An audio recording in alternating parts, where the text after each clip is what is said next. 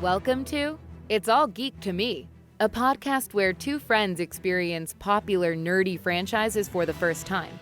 My name is Leah, and this season, my co-host Kelly will be watching my favorite films, The Lord of the Rings, for the very first time, and I'm the expert. Let's dive in. Welcome back to the third part of The Lord of the Rings. Lord of the Rings 3. Return of the King. Return of many kings. We've got so many. So many kings. So we left off the last episode mid-scene, actually, and Theoden was saying that Rohan will answer the call for aid. So that's where we start off this section, and as predicted, everybody in Rohan is getting ready, and Theoden is saying, you have 2 days, I guess, to get there, and then on the third, we fight for Gondor and for the war. And then Éowyn is coming, and Aragorn is like, oh, you're coming with us? And Éowyn's like, oh, it's customary for the women to see the men off. And then Aragorn peeks at her horse and sees that she has a sword there. So it seems like she is going to be doing a little bit of the battling herself. And I couldn't tell. His reaction is so interesting there because I can't tell if he's like upset, proud, sort of like, I don't know what his feeling there is because he doesn't say anything. He just keeps on smirking, you know? But I like what she said about how, I think she said something like, you've given us a reason to fight or a reason to believe. And, you know, she has now decided that she wants to be a part of that. So maybe in a way, her love for him is making her the fierce warrior that she always dreamed to be. Which we love to see. I would love to see her fight, honestly. Yeah. And we also see her brother Éomer, and he's basically leading the crew, kind of hyping them up and getting them ready to leave. And meanwhile, we had also left off in the last episode in Faramir City, which is called Osgiliath. Yeah. So the battle has been raging there, and it is going on, but it's really not going well. So Faramir is saying they cannot hold. He wants to fall back and head over to the White City, and then the Nazgul arrive, which makes everything infinitely worse because they are absolutely destroying. They just keep getting pushed back and pushed back and pushed back. And at this point, after this, there's no more pushing. Yeah. There's going to be nothing between them. So basically, the city's being taken over. There's this one guy who gets knocked down, and he's not dead at that point, but then the orcs come up to him, and one of them just kind of guts him. I don't know who that guy was. So he's been sort of in the background. I do not remember his name, but he has basically been Faramir's right hand this entire time. Okay. So he's been there, but I just feel like if you watch the movie multiple times, you'll see like where he's at. We never get his name. There's definitely more of him in the extended edition, but he's basically his second in command, I would say. In the one scene where he decided to let Frodo leave, the person who said, oh, then your life will be forfeit, that was that guy. So yeah, anyway, the guy does get stabbed by the orcs, and then one of the orcs says, the age of men is over, the time of orcs has come, which I thought was really interesting because is it really the time of the orcs? Because it seems like it's the time of Sauron. Yeah, and the orcs are just a part of that because they also have men fighting for them. And I'm just wondering now if these orcs are maybe being a little bit misled into thinking they're going to be the rulers when maybe they aren't. I absolutely agree with that. I think they're all acting under false promises and whatever, but they're also evil. Yeah. You know, what we haven't talked about yet, another character whose name I don't remember, but the orc, the main orc who's kind of been leading this charge, and we see him a few times. I call him Pigface. I don't know what his name is, but he looks like, I've just always called him. They all have big faces. But there's one in particular that's the pink very pig piggy. Face. Yeah, the very piggy pig face. Said pink, the pig face. You're like, yeah, the pig, as if that would be my descriptor of him. Thanks. Sorry, pink pig face. My bad. Pink pig man. Yeah. So he's like the main orc right now. Yeah, we've been seeing a lot of him. I was about to say he's the main pig right now. He is the main pig. He's the main orc. He's the baddie. He's the Lord of the Pigs. Yeah, he's the one leading the charge. We should be calling everyone the Lord of whatever they are. Because we do have Shadowfax, the Lord of the Horses. Pippin is the Lord of the Weed. Gandalf is the Lord of the Wizards. Frodo is the Lord of the Ring, and Sam is the Lord of the Frodo. Or trying to be, at least. He's vying for for that title with Gollum, who's also trying to be the Lord of the Frodo. And he was also trying to be the Lord of the Ring, as we learned in this. Well, we've already know that. But anyway, back to it. Faramir basically gets out of the city and he's trying to lead out as many men as he can away from the place that I'm terrible at pronouncing. And the Nazgul are following, and it is terrifying. They're like picking people out of the sky, and they're just throwing them. Absolutely terrible. Imagine getting killed by a flying horse. No thanks. Better ways to die. Yeah. Can you imagine being lifted in the air by a monster creature, and you're knowing that you're dead in that moment, but you have to be alive while you're thinking about it, While you're going up, going down. Yeah. Clean death, please. I just want to get stabbed. That's fine. Terrible, yeah. So they can actually see from the White City what's kind of going on, and people are watching, and they see the White Rider, who is Gandalf, along with Pippin, and Gandalf has his staff out, and he has a light coming off of it. So he manages to meet up with the Riders of Gondor, and he uses his staff to ward away all of the Nazgul. So his powerful white light kind of pushes them off. And then they arrive safely to the White City, and Faramir says that the orcs have taken the bridge and the West Bank. And then we have this interesting moment where Pippin does not want to make eye contact with Faramir, and Faramir's just making this weird face, and Gandalf is like, this isn't the first halfling you've seen, is it? And Faramir says no. And then Pippin gets really hyped, and he's like, oh, you've seen Frodo and Sam? And Faramir says yes, but then they start discussing the path that Frodo and Sam took, and Gandalf gets really concerned, and Pippin's like, wait, why? What's going on? So it seems like they've taken a bad path. Yeah, I got choked up in that scene. I didn't cry. Of course you did. Pippin getting all excited. Yeah, in this scene, because I'm sure Gandalf knows what could lie on that path, but also I'm like, the infamous Yeah, her. I actually almost said what she is, and then I stopped myself. I was almost like, oh yeah, and I didn't say Don't you dare. But like, what other path did he think he was going to take? Like, how did Gandalf think that Frodo was going to get there? So like, what were his other choices? It doesn't seem like this was the best path, because even at one point Gollum says, like, I showed you a secret path and you're not even appreciative, when he was doing his whole like gaslighting thing at the end there. So I think there is definitely a better path. I think he's taking them on a bad path. Yeah, probably. Speaking of the hobbits, we do actually cut back to them, and they are climbing. And it's so funny, actually. I was thinking, they're super high up, by the way, but I was thinking this rock climbing is really intense, and they have to have a lot of strength to do that. And then it also got me thinking, our very own co-host Leah here is a rock climber herself. And I was thinking, you like these movies a lot. Are you rock climbing because you think there's a chance you might ever be in this situation?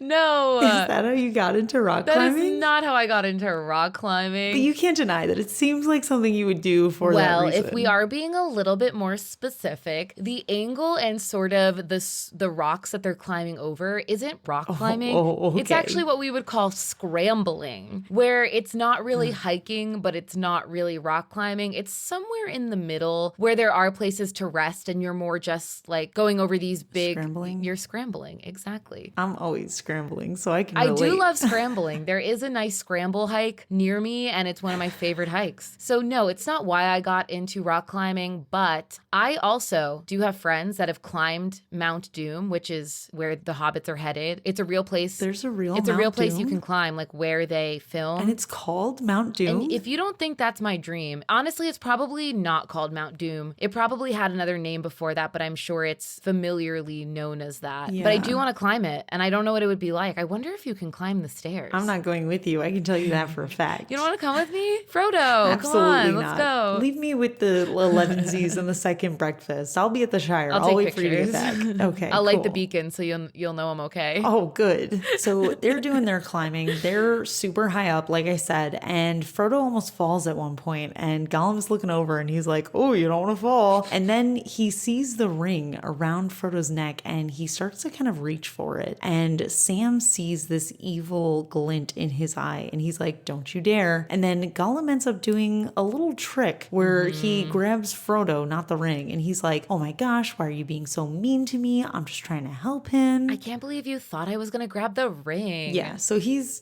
doing a whole gaslighting situation. I wrote gaslight a lot in this section. Yeah. And I hate using that term lightly, but too. I do think that this is actually considered It's gaslighting, manipulation, absolutely. Yeah. And then Gollum kind of pulls Frodo aside and he starts to whisper some evil into his ear. And he says, Master carries a heavy burden, Smeagol understands. And he's kind of going on. And he also plants a little seed of doubt in Frodo's mind. And he says, Sam wants the ring for himself. He's going to try to ask you for it. And he's going to pretend that he wants to help you, but he wants it. And also, he keeps on calling Sam fat. And I do not think, I mean, he's wearing a lot of cloaks, but I do not think that this man is fat. And I don't know why he's being so rude. I don't either. Like, first of all, it's just rude to call anyone fat in general as an insult. But yeah, they're very similar sizes. I don't know. Yeah, Frodo and Sam have an incredibly similar stature. So I don't know why he keeps on referring to him as the fat hobbit, but it is annoying He's me. just pulling onto his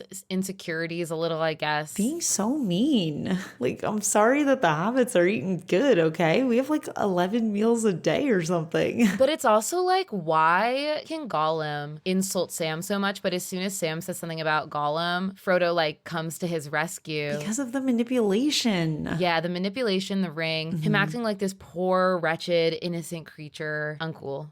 So then we see the Nazgul witch again, and he's saying that they gotta kill everyone, they gotta keep on going until there's nobody left. And then one of the orcs asks, what about, I don't remember what he called him, the White Wizard or the White Rider. He called him something, but it was clearly Gandalf. And the Nazgul King says, I will break him. So throughout this film, actually a lot, they've been referring to Gandalf as Mithrandir, which is just like a title as a wizard. That's all it really Of the means. wizards, yeah. It's just an honorable title. I never actually picked that up or even wrote it down, but somehow subconsciously I have realized that that is Gandalf. So anytime I hear it, I just write Gandalf. Gandalf, yeah. So then we see Pippin, and he is swearing himself to Denithor. And again, worst name ever. Like, I really just don't love that name. If we have anybody named Denithor listening to the podcast, which I would be shocked if anyone is named Denithor, but just know that it's really not the name itself that's frustrating. It's just frustrating because I thought he was going to be named something Amir. So that would have made me happy. If I had to rank names that I thought fans of this franchise would name their children, I would probably put Denithor. I'd probably put Grima Wormtongue last and Denithor right above it.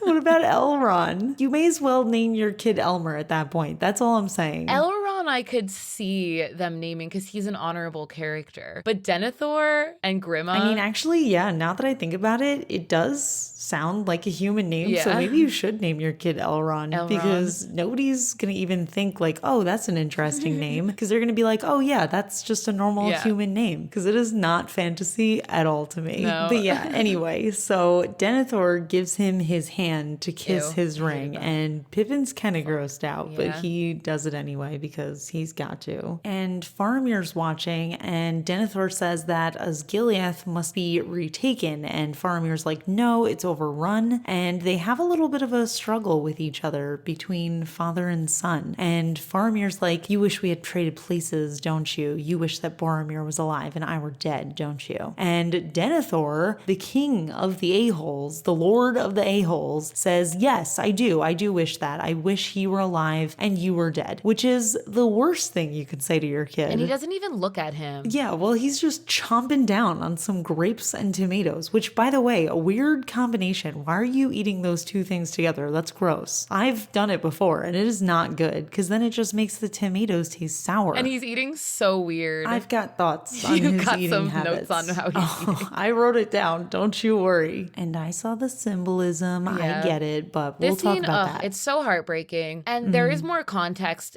in the second movie, especially, where you get a little bit more of Faramir's backstory in his relationship to Boromir. Boromir was the golden son. He was the leader. He was the one that was going to be the steward. He was the Near-Amir. He was Near-Amir, yeah. He was Near-Amir to Denethor. If I remember correctly, Faramir was more book smart. He was gentle. He's very kind. He's not supposed to be a leader. He's not supposed to be ruling an army. That this was never what his future held, because this was was his brother's role. What we're seeing of him now is him stepping up into a role he's never taken before. So that's interesting context to have, that all these choices he's making, he's very new at this. So that's interesting that you say that, because up until this point and this scene, I was under the impression that Faramir, for whatever reason, was the older sibling who had kind of had the role and was going to take over the role, and that Boromir in the first movie before he died was trying to prove himself worthy to potentially his father, but I didn't know. Totally the opposite. Yeah, that's really interesting. Now looking back on it with that knowledge, I can definitely see that, but it's so weird that I automatically assumed that Faramir was the older brother who was just like taking charge and doing everything, and that Boromir was just a Boromir. That was a terrible joke. That was a terrible joke. I'm sorry. I was just going to ignore it.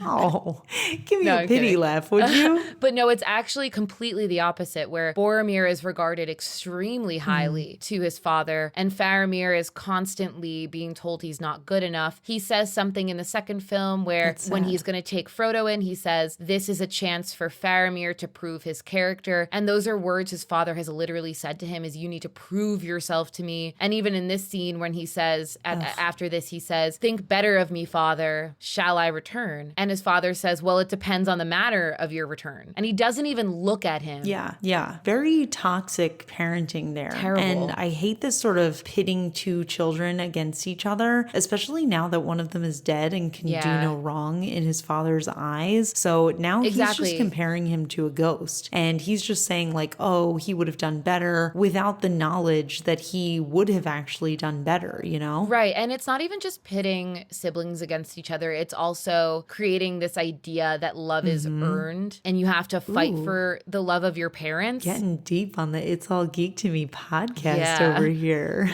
But anyway, not to get too deep into that, because that's not what this podcast is about. Let's get back to the hobbits. So Gollum is sleeping and he's got a very precarious situation with the two hobbits that are sleeping like on a cliff. So Gollum wakes up and he starts to climb down to where Frodo and Sam are sleeping. And I thought that Gollum was just going to go ahead and kick Sam right off that cliff. He was so close to the edge. What was he thinking? But he is smarter than that. His toes are like hanging over the edge. Terrifying. Could not relate. Could not do that. Nope.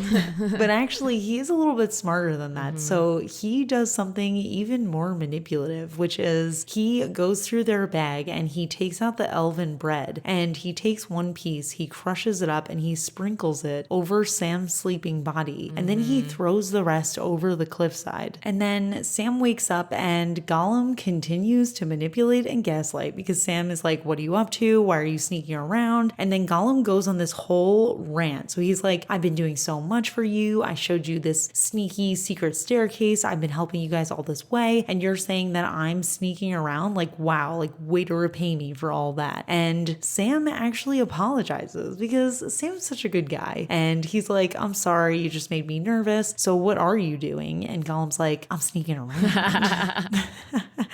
So he was actually right. Makes me laugh. And then Sam wakes up Frodo, and Frodo's looking rough. This is the first time I wrote that too, that like he really looks bad. His eyes are so red. He's just not looking good. No, he doesn't look good. And Frodo's like, it's still dark out. And Sam's like, it's always dark here. And then he goes into his pack and he realizes that the elven bread is missing, and he immediately blames Gollum. And Gollum, being the more intelligent creature now than he was back when he was a fisherman, starts doing his manipulation again. And he's like, no, I would never eat that. I hate bread. It's disgusting. It's definitely Sam. And Frodo, for whatever reason, believes him. And we do get another gross foot shot. I wrote that down. I don't remember what the context was, but we do see their feet for another second there. I keep missing all these foot shots. You're really paying attention I don't to that. know. I guess I'm just like foot averse, so I just noticed and I'm not, It's so. just like a standout. Neutral opinion. I feel like I need to clear that up. Is there something you want to tell us, Leah? Neutral opinion, which is why I keep missing it. Yeah, no.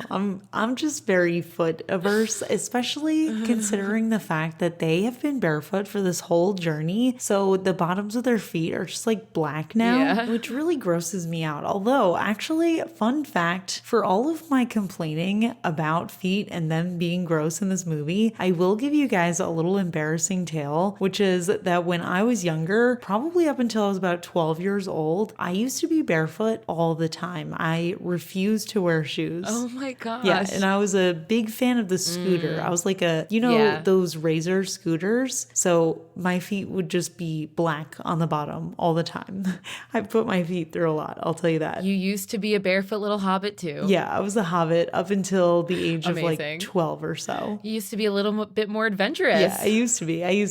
But now I'm back in the Shire just eating food. Mm-hmm. So anyway, Sam just gets pissed off at Gollum and just starts wailing on him, just beating him up. And I'm cheering on the sidelines because I love it. But of course, Frodo is not on board. So he stops him and he's trying to keep the peace. And he's really just looking bad. And Sam picks up on it too. And as Gollum predicts, Sam is like, it's this ring that's doing it to you. And Frodo starts to look at him in a different light now, having that seed of doubt planted in him. And Sam is like, I could hold it for a while. And Frodo shoves him away and he starts saying like, you're not needed in this journey anymore. And Sam starts crying, which broke my heart. I didn't cry, but I'm sure you did. Yeah, I cried here. Okay, so where's the cry tally at now? Is it 2? For this movie, it's 3 now. This is the 3rd one. But there's one more in this section. Oh my gosh. Yeah, there's not more. that much more to this section. I just feel like after this, the progression of the following scenes all have such a somber tone to them that it amped up again. But yeah, Sam just bursting into tears. Oh my gosh. It's so sad. And then I think the type of crying that breaks me the most is when a character can't even hold himself up anymore. And Sam does that. He basically just kind of collapses into tears. And that really tugged at my heartstrings. What little heart I have.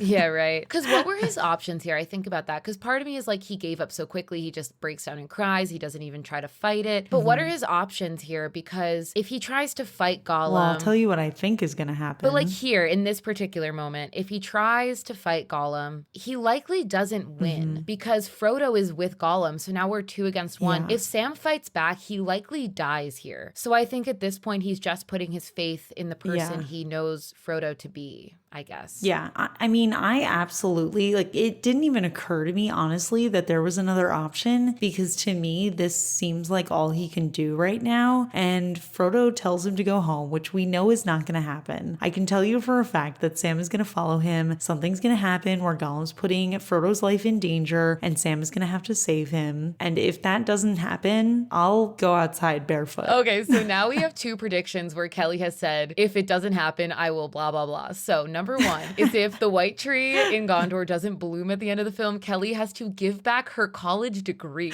Oh no. The fact that you remember that You gotta worries call me. him up.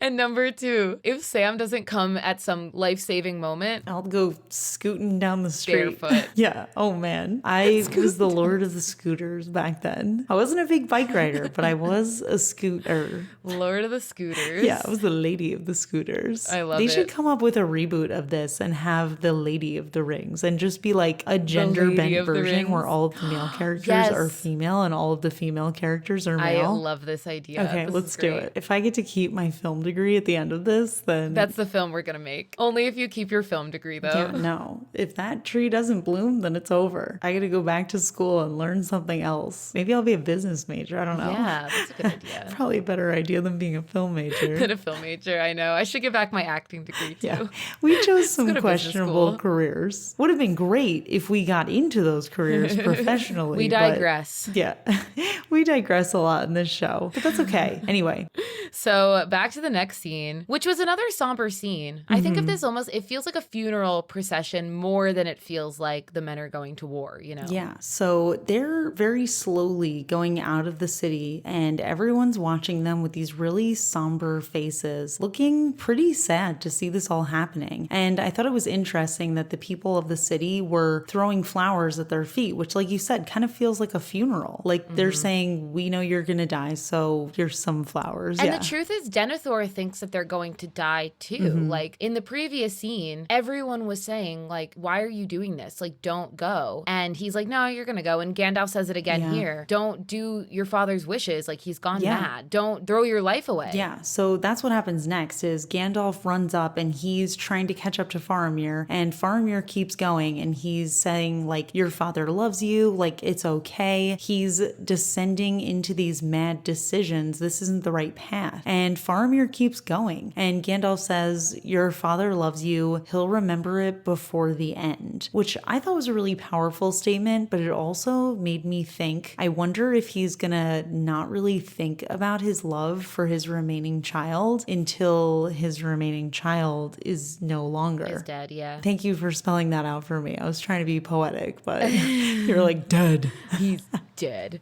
I have a fun fact about this scene. They do a lot of shots to the extras and the women kind of watching the men go. There is a shot of two children, which the lay watcher would never think anything of these two children. I didn't even see children. Except that the girl, she's got a very distinct face. So a few times watching these films, I recognize her and I say, I know that girl. I've seen her before. You went to school with her. I went to school. No, that's not it.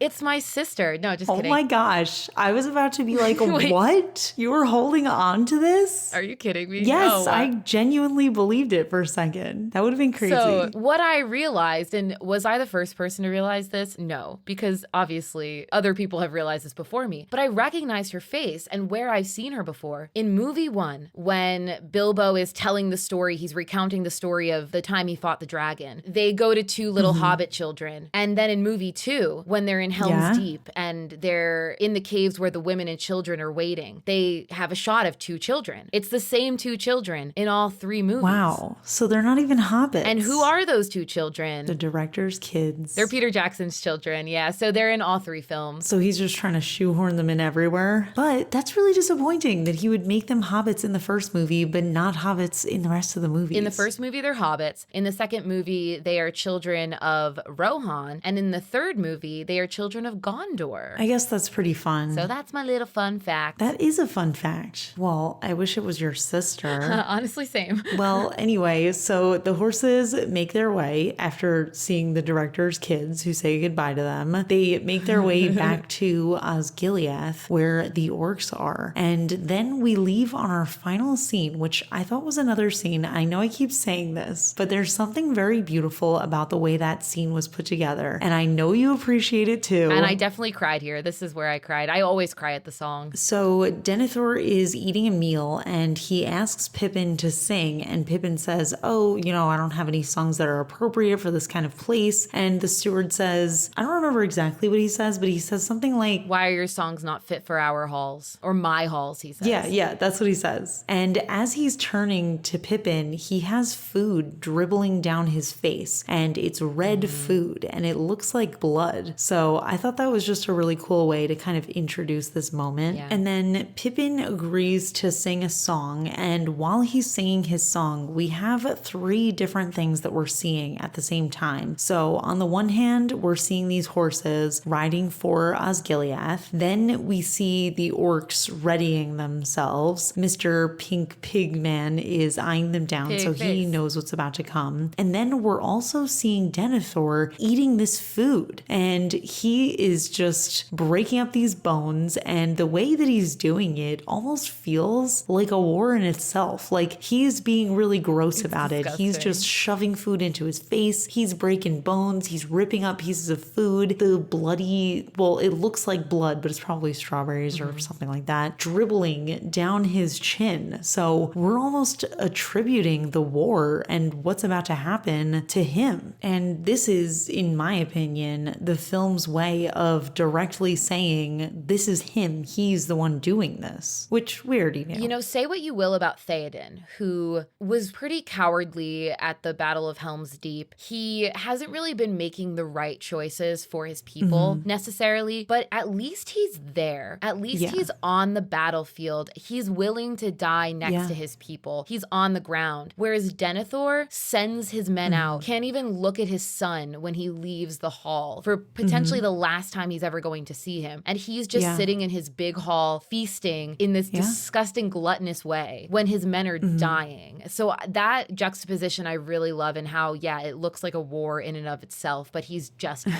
while he's sent all of his men to die. Really gross. And you like hear the noises of him eating. And I gotta say, I'm a big ASMR fan, and I'm a big fan of eating ASMR, but that was not. That wasn't it. I hate it. Oh, I love it. I live for it. I just like the soap cutting. That's what I like. Visual ASMR. Oh, I do like soap cutting. I like all forms of ASMR, honestly. Well, that's not true. There's some that I don't like, but I like most of them. Not me. So I actually didn't pick up on any of the lyrics of the song because I was so focused on the visuals there. The only line that I really picked up was, of course, the ending when Pippin was singing All Shall Fade, and that as the song is ending, the orc arrows begin to fly. And that's where we ended, and Pippin kind of breaks down crying a little bit at the end of his song. Yeah. Although I was curious, how is this not appropriate for the steward? So that's actually a meme that I see a lot in the Lord of the Rings community. Pippin says, oh, I don't have any songs for great halls and evil times, and then just like whips out the perfect song. Someone needs to do a meme of him singing like, I'll take you to the candy shop or something. Yeah, I'm sure that exists. I don't have anything appropriate. Sure that exists. I'll take you to the So that's what I was expecting. I thought it was going to be like a little Hobbit song, but no, it was a really beautiful, mournful song. Again, I didn't listen to any of the lyrics, but hey, it sounded great. It was beautiful, and it made me cry, of course. So the cry tally now is at 4. 4. I can't believe we have a cry tally this movie, and we didn't have one last movie, but we have one now. No, you shouldn't believe that we didn't have a cry tally in the last movie. I believe that there's going to be a big cry tally. Does anybody want to get any predictions in at this point in the film? I don't even think we're halfway through it yet, are we? Or is it about a third? Yeah. So we're about the third of the way through the movie. We've already had 4 cries. So how many cries do we think will happen? Should I make a prediction on that? Yeah, totally honestly, should. I guarantee that for the last 45 minutes-ish, knowing nothing about this movie, I'm just assuming that's like when all the craziness is going to happen in the last 45 minutes of the film. I have a feeling that that's going to be nonstop crying. So I don't know how many cries we're going to count that as. I don't know. And people have already warned me that you're going to be crying this whole film. People have tweeted at us to say, yeah, people have tweeted at Leah's us. Just going to be done in this last film. I can't even say anything. I would predict 10. I think that's a reasonable number for you. But who's to say that it's not just going to be a 5th cry and then it's just going to go on for the next 2 hours? Just going to continue. Yeah. I cried when Sam was asked to leave, and then I was like teary up until the song happened, and then I cried again. So I feel like I can tell when the cries are renewed. Begin again. Yeah, you can tell when it begins. Well, I know you're going to cry again when Sam inevitably saves Frodo's life and Frodo's like, oh, I thought you went home. I know this is going to happen. I know. And then they're going to make out. So it is a romance. You agree. I'm writing this down. No, but I do think that's what's going to happen is Frodo's going to be about to die, and then we just hear this music like dun dun dun doo doo, like some sort of like cheerful, like I can't believe this is happening music. That was Star Wars music if I ever heard it. I've never seen Star Wars. Well, no, I just invented that. That's definitely not Star Wars. I made it up. I've never seen Star Wars. Sure. How could I use that as a frame of reference? But he's going to have like some sort of like happy flute music is going to be playing. It's going to feel like this incredible orchestra of music. So Sam's going to be standing there. We're going to be looking up at him. He's going to have light behind him framing his nice blonde curls. And he's going to be like, oh, you thought I was going to leave you, Mr. Frodo? Well, I would never leave you behind, or something like that. How was that accent, by the way? That was perfect. Yeah, it was good. I love this prediction. Okay, mark my words, people. Mark my words. That's what's going to happen next. Yeah, you're getting way better at trying to see how the story's going to go. Because there was one episode where you were like, there's nothing in my brain. I have no idea what could possibly happen That's usually how my brain goes, since there's nothing in there. Got nothing in my brain. Got nothing in my brain. Do you know that TikTok sound? Yes. You're not on TikTok, are you? Oh, you do. Okay. I don't usually use TikTok, but I do know that one. But yeah, no, there's usually nothing in my brain. But now that I'm getting used to the way that these films are being filmed, I feel like I can even predict the exact shots. Like, I know the king is going to be returning and he's going to be crowned and the tree is going to be blooming in the background. Like, I already know all this stuff. So what color do you think the blooms are going to be? Orange or pink or something? I think it's going to be very much offsetting the gray and blue and white of the building. So that would be my prediction. Something that just like really stands out, like an orangey, pinky, coral, salmon, peach. Red, orange, yellow, green, blue, purple. Any one of more those pink colors. Any one of the colors that I previously mentioned. Gives more colors. Anyway, so that's it. I'm eager to move on. So come back next week and see if I'm right about all my predictions, because I think I am. Yeah. I'm just excited we have some predictions and we have some stakes here. Kelly's college degree is at stake and her bare feet. So come back next week to see what happens to them. Bye. All right. Bye, everyone. You've been listening to the It's All Geek to Me podcast, hosted by Leah and Kelly. Make sure to hit subscribe on your favorite podcast player and give us a rating. You can also find us on Twitter @AllGeekPodcast. New episodes drop every Thursday. See you next week.